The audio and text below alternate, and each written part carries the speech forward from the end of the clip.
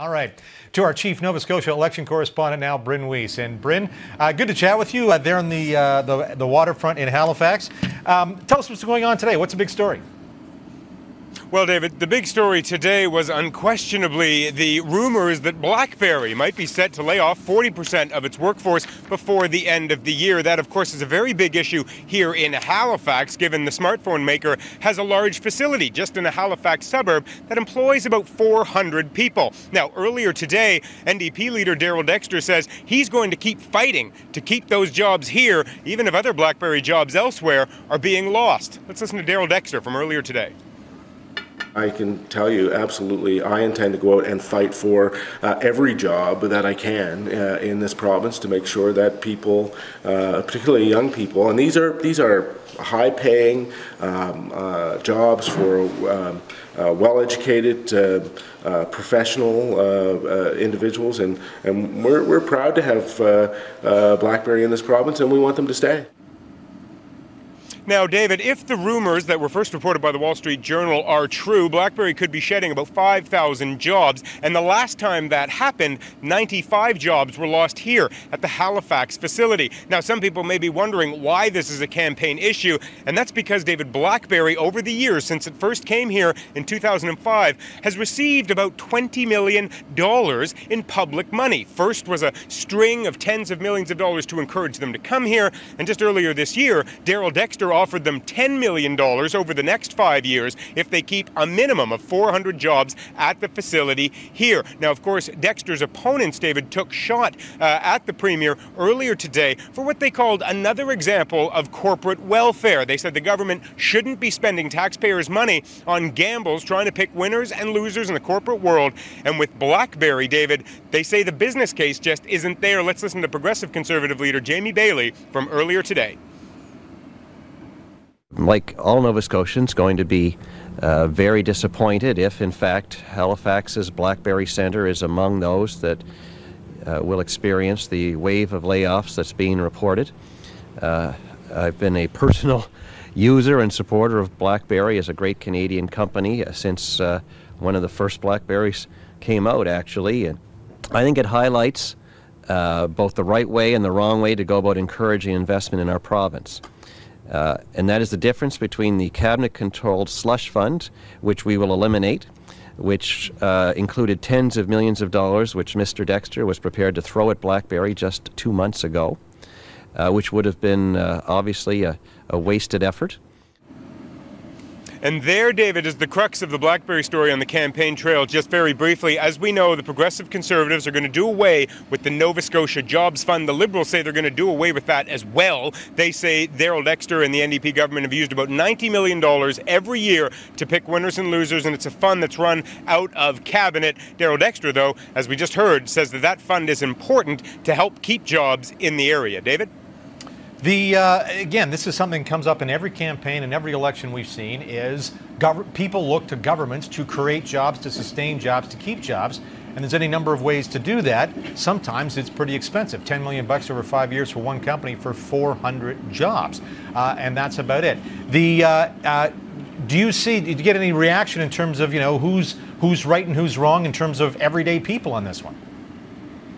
Well, that is one of the interesting issues about this BlackBerry story, David. It really affects, obviously, the 400 people who work in the Halifax facility. But beyond that, it's perhaps just another rumor about potential layoffs. And in fact, I want to point out here, Stephen McNeil, the Liberal leader, didn't really bite on this story today, instead saying, look, it would be a shame if those jobs are lost. But at this point, it's still just rumors. And that is true, David. We're expecting BlackBerry's third quarter results to come out on Tuesday. And if that is if they are as bad as some people are predicting, and BlackBerry at the same time announces layoffs to try to shore up support amongst investors, then we could be having another discussion about BlackBerry, one that would be hitting far closer to home because they might be real job losses next week. You'll remember, Bryn, we were covering the British Columbia campaign, and there was those jobs reports. I think 2 of them came out, the StatScan monthly jobs report. One was lousy just before the campaign, and then one was pretty good just towards the end of the campaign. These are things that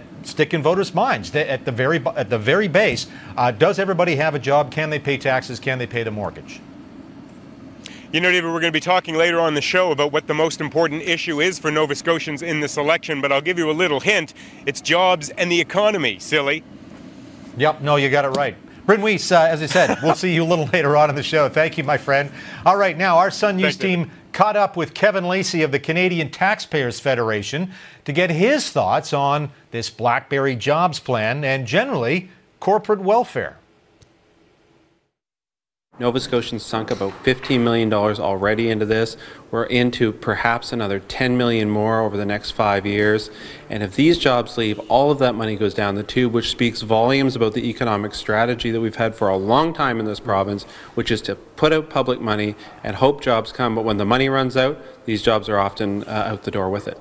We're in a region that has a high unemployment, high taxes, businesses are struggling, and so governments want to do something. And what they end up doing ends up hurting the economy more than it actually helps it. And that's the real story of our province. You know, I hope that this is a lesson for what can happen with these corporate deals gone bad. It's happened far too often in this region, and it's time for change. It's time to change the way we do things, and it's going to take some courage for our politicians to actually make that happen.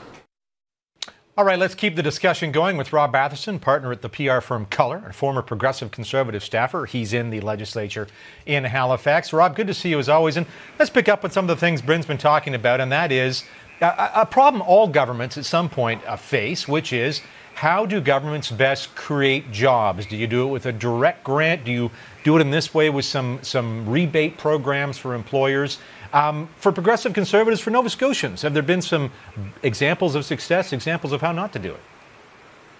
Well, I think one of the successful examples that was done in terms of direct subsidization tied to performance was the establishment of what eventually became 3 Michelin plants in rural Nova Scotia, one along the South Shore, another in the Annapolis Valley, and then one up in Pictou County. But they also have a very favorable labor climate. The labor legislation that is in place isn't very onerous. It's actually dubbed the Michelin Law, that was put in place by a PC government in the late 70s. The NDP used to campaign on repealing it.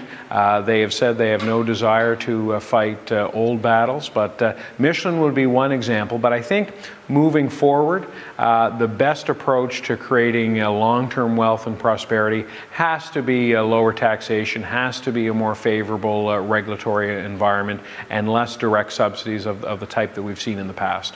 And at the end of the day, I mean, we've talked about this, I don't think with you before, Rob, but with other guests on the show, is you take a look at the New England states, south, of course, of our Atlantic Canada states, where there were some different public policy approaches taken. There was some adjustment period. People had to move around, get new skills training. And as a group, and that include lower taxes, and as a group, New England states seem to be a little more economically ahead than Nova Scotia and Atlantic Canadian provinces.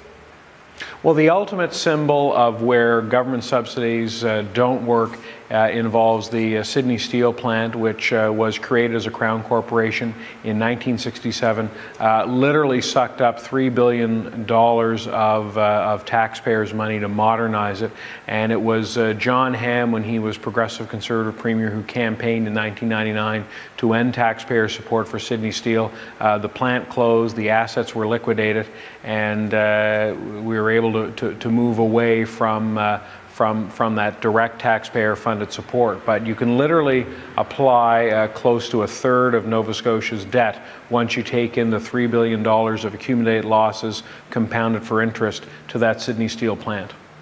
The governments are always tempted, though, it seems to me, to say, I need to create jobs, let's just give a check to firm X and away we'll go. And I mean, it can be little ones. We just saw just before the writ was dropped, I think there was an ice cream maker up near Truro that was getting $6 million. Okay, fine. But somebody somewhere has got to say, you just can't do that anymore. Or you've got to tie it to some sort of, you're going to keep jobs, you're going to do some investments.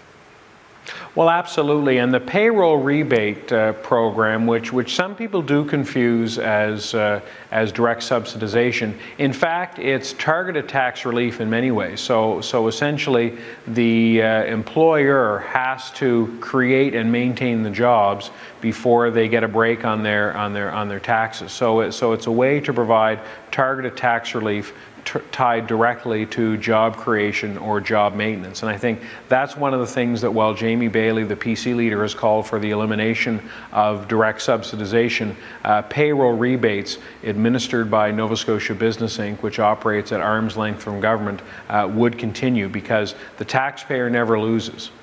Well, and in those situations, we're going to see this with BlackBerry. BlackBerry or any multinational corporation can say, well, do I employ people in Nova Scotia, in New Brunswick, in Massachusetts? And at some point, they just do well, it costs me X or Y or Z to hire someone in all those jurisdictions, and the tax rebate program reduces the cost of adding that one extra employee.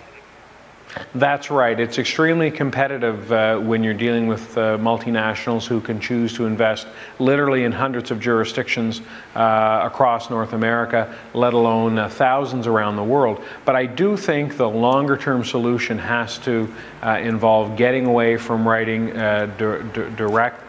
writing checks in the form of direct grants or even loans. We have to make sure that governments really become a financier of last resort as opposed to first resort. But one of the challenges that businesses claim they face is that the banks aren't, the chartered banks aren't as friendly to loaning in rural parts of Nova Scotia or rural parts of Atlantic Canada as they would be in the urban centres. And so that's an issue that perhaps governments need to address directly to the banks, to say, look, you need to be more aggressive in terms of financing so that the private sector is driving investment decisions, not the taxpayer. I like it. Rob Batherson in the legislature in Halifax tonight. Thank you so much. Thanks, David.